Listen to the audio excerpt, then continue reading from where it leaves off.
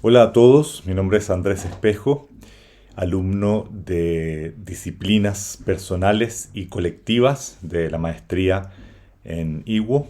Y hoy quiero hablarles acerca de San Juan de la Cruz. San Juan de la Cruz nació en 1542 en Fontiveros, España, un pequeño pueblo enclavado en la comarca de Moraña Abulense, de economía agrícola y ganadera, aunque con cierto embrión de una industria de telares. Fue el último de los tres hijos del matrimonio formado por Gonzalo de Yepes y Catalina Álvarez. Cuando Juan rondaba los 10 años, la familia realizó el intento definitivo para remediar la emergencia crónica que venían arrastrando. Se trasladó en 1551 a Medina del Campo, donde existían mayores posibilidades no solo económicas, sino también para la formación de Juan. De recadero, de aprendiz de entallador, de ayudante en un hospital, terminó al fin, a fuerza de tesón, transformándose en un aventajado estudiante de la doctrina y del Colegio de Humanidades de los Jesuitas, listo para cursar estudios superiores en Salamanca. A los 21 años, antes de frecuentar las aulas de su alma mater, había tomado el hábito de carmelita en el nombre de Juan de Santo Matías, en Medina. En la Universidad Salamantina no estudiaría con la ambición de grados académicos, pero salió muy aventajado con miras a su grande afición de entonces y futura especialidad suya, la teología de la vida interior. Frente a las tensiones del mundillo universitario salamantino, en las que se veían involucrados los propios estudiantes, bullían sus inquietudes religiosas interiores coincidentes en el tiempo con su ordenación como sacerdote en primavera de 1567. Mientras tanto, dentro de la propia orden habían surgido tendencias reformistas.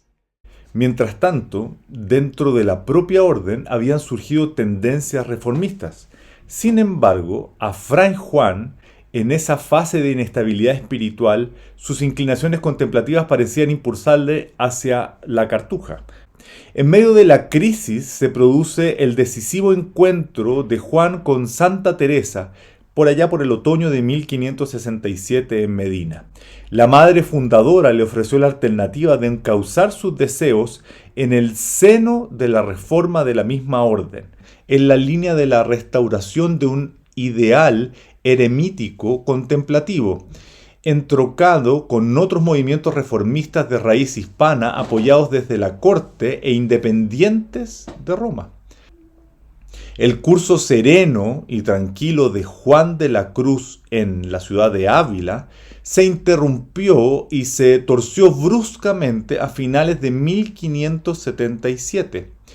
La noche entre el 2 y 3 de diciembre, Juan era arrancado violentamente de su casita junto a la Encarnación y trasladado a Toledo por los carmelitas de la antigua observancia, entre quienes había vivido 5 años en Medina y Salamanca. El conflicto jurisdiccional entre ambas ramas estaba muy enconado y Juan de la Cruz fue una de las víctimas que pagó con sus huesos en la cárcel conventual de Toledo.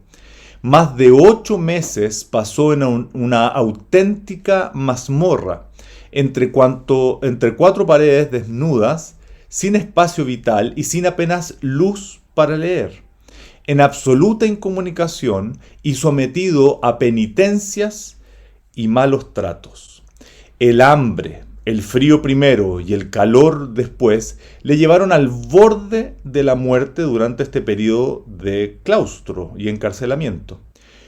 Todo lo mejor de su producción poética y quizás lo más difícil de su experiencia mística de las noches pertenece a estos prácticamente 9 meses de encierro. A los 48 años de edad, Fray Juan había ido poco a poco deshojándose y aquilatándose en numerosas fundaciones y en las apretadas páginas de la subida, de la noche, del cántico espiritual y de las llamas del amor vivo. Otras notas de la santidad sanjuanista son el cristocentrismo, el dinamismo de las tres virtudes teologales, el peculiar saboreo de la palabra de Dios en la visión de la naturaleza y finalmente el suave encanto de su bondad pensando en lo bueno de todos los hombres y apreciando las almas en su justo valor. Esto último es lo que gana tantos amigos y discípulos por parte del Fray Juan. Salta a la vista, incluso para el lector más profano, que San Juan de la Cruz es uno de los poetas que más recurren al símbolo. Hay tres símbolos dominantes en las obras del doctor místico: la noche, el matrimonio y la llama. Salta a la vista, incluso para el lector más profano, que San Juan de la Cruz es uno de los poetas que más recurren al símbolo. Hay tres símbolos dominantes en las obras del doctor místico: la noche, el matrimonio y la llama. Dicen los teóricos que el símbolo se dan tres elementos. Primero, percepción sensorial y espiritual fuerte de la realidad creada. Segundo, experiencia y percepción fuerte de la realidad divina. Y tercero, rigurosa vinculación entre una y otra, que hace que la primera sirva para expresar la segunda y acercarnos a ella. San Juan sabe que el lenguaje poético es insuficiente para adecuar experiencia y expresión. Sabe también que el lenguaje poético tiene un enorme poder para expresar las más arcanas experiencias.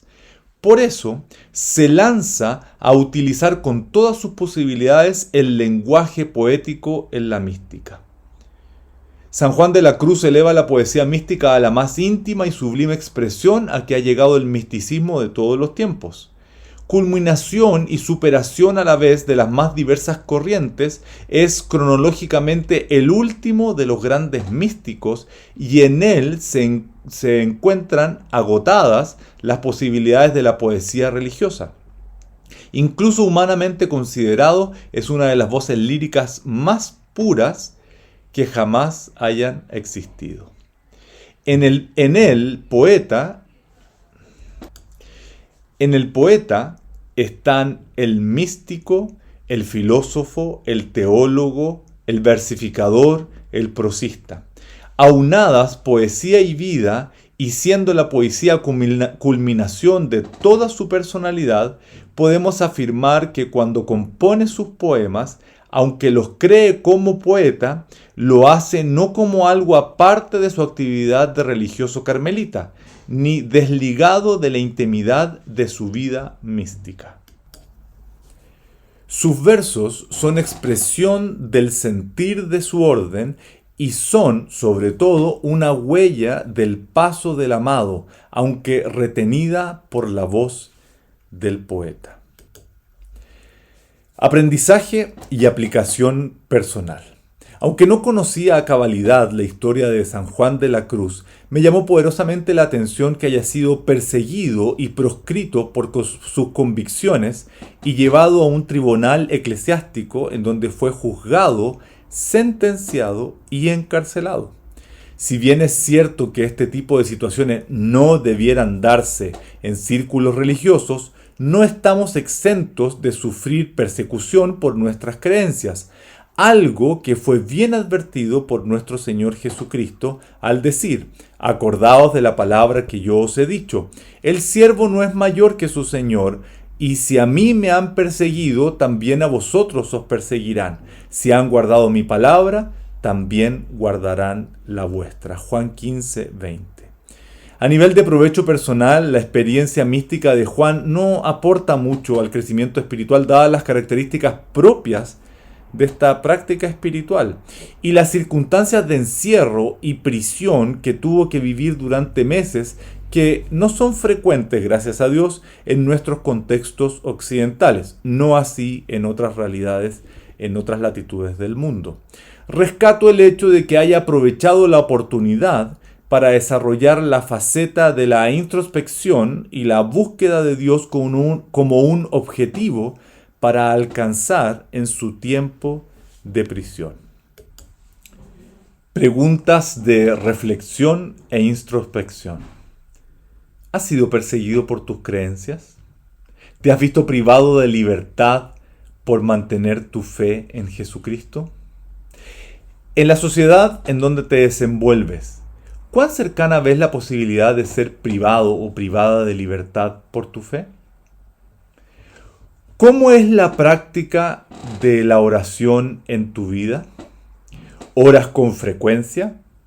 ¿Oras de manera esporádica? ¿Lo haces solo cuando tienes dificultades? Si la oración es una forma de comunicación, ¿esta te ha permitido crecer en tu relación con Dios? ¿Has visto respuesta a tus oraciones? Espero haber sido un aporte por medio de esta enseñanza y espero en Dios que todos puedan también realizar una excelente labor cuando les corresponda su oportunidad. Saludos y muchas bendiciones.